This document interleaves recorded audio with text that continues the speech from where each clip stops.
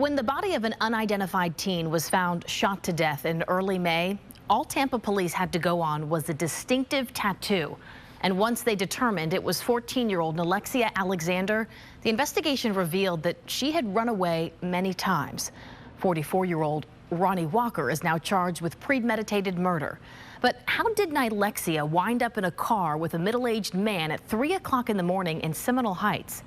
Part of the answer, as Fox 13's Evan Axelbank found, may be rooted in Nilexia's obsession with finding her roots.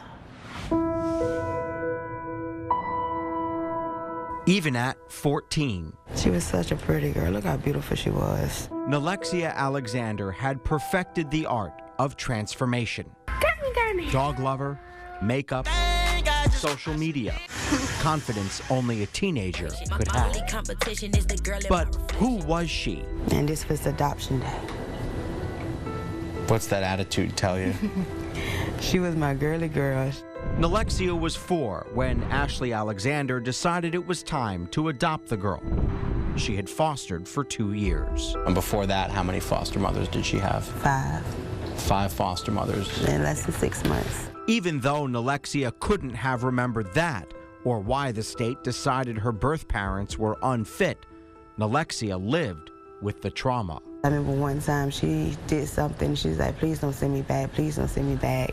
Ashley wouldn't dream of it, especially after Nilexia's fear. She's always throw up in my face, you're not my mom. Turned to questions. She wanted me to look for her mom.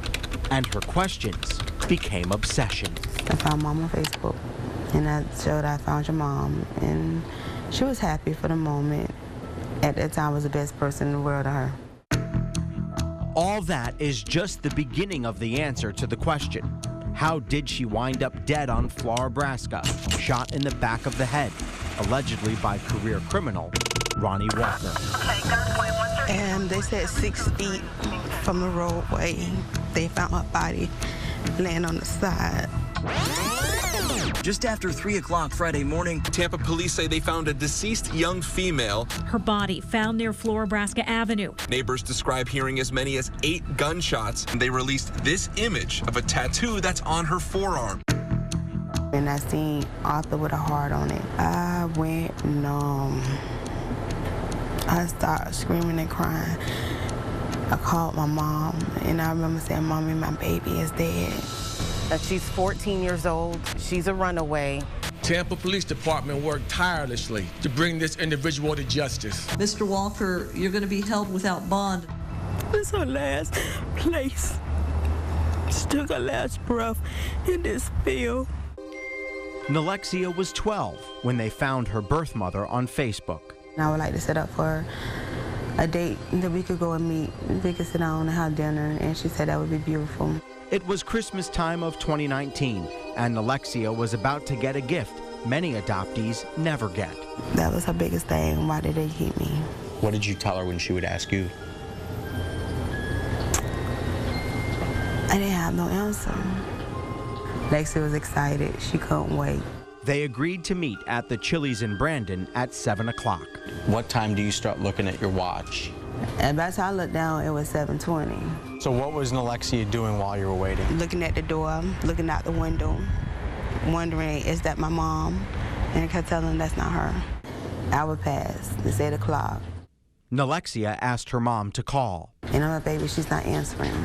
Which I didn't call. I messaged her and said she's not answering. She's like, Mom, can you please just keep trying? And I'm like, baby, she's not coming. Ashley was right. Her birth mom and dad were no-shows. Because I knew she was going to cry. And I had to deal with the rough end getting home. The anger, you know, she's going to be upset with me. She didn't have nobody else to take her anger out on. And that was the turning point. After that moment, after she was stood up by her own birth mother at this Chili's restaurant, things got even worse for Nilexia.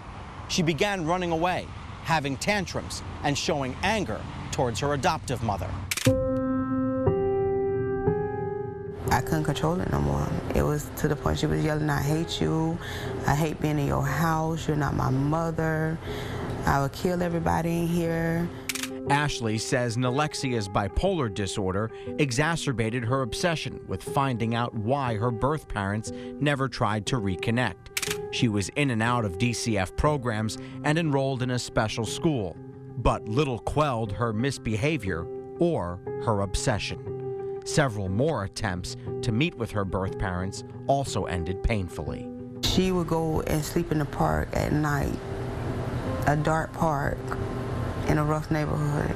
She says the police brought Nilexia back home more times than she can count. She just said she didn't want to be at my house. She wanted to find her mom or dad. She just wanted to be with her parents. Nilexia also started getting messages from men, some of them much older.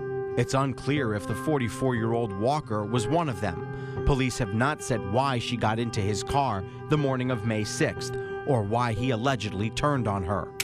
It is possible she was messaging with Robert Creed, who has also been arrested and tied to the car they were in. Ashley hadn't heard of either until police made the arrests. It won't bring my baby girl back, but it would give me some peace that he's off the streets and a little bit of closure. 3 days before she ran away for the last time, April 26th, 10 days before she was shot, Nilexia had an angry, almost prophetic fit.